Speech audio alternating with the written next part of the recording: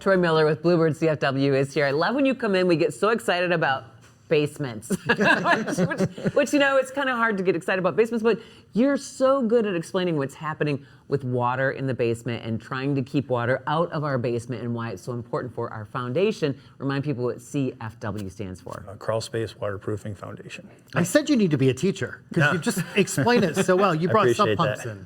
I brought up a part of a sump pump. So this is considered, these are floats. So we do a double float.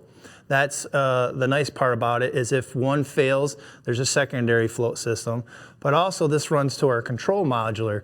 Now the control modular will set off an alarm if the float doesn't work or the sump pump fails or you lose power. So that's the nice part about with our sump pumps that we use.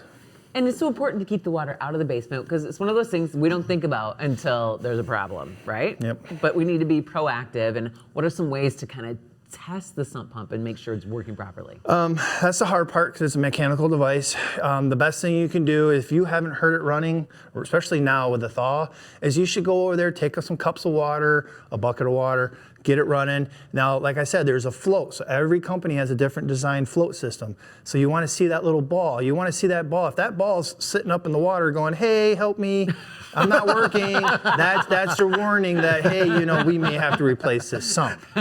So that's a big telltale. They don't say that, but this system here. Yeah, the box will say, hey, we're not working right now. You better call Bluebird so we can come out and fix that. Which I want to have happen because I don't want my basement to flood. I want to know beforehand. Well, the nice thing about this, we also have a Wi-Fi system that will connect to your cell phone to give you a warning too. And sometimes I think what happened with our last sump pump is it just ran constantly and it finally burned itself out because I heard it all the time like, man, I'm hearing that a lot. Man, I'm hearing that a lot. Man, I'm hearing that a lot.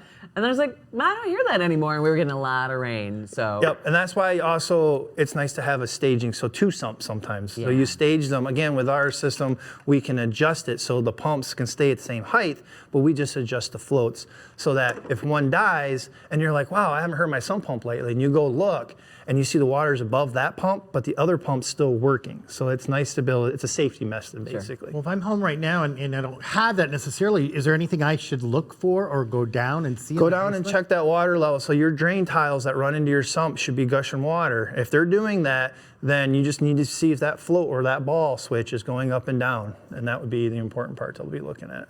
Springtime is upon us very soon here, so you guys are super busy. Call now to make sure you get ahead of the problem before you got water all over your basement. BluebirdCFW.com. Always so interesting to talk to you. Love your passion. Thank you. The number's on the screen too. Thank you. Thank you.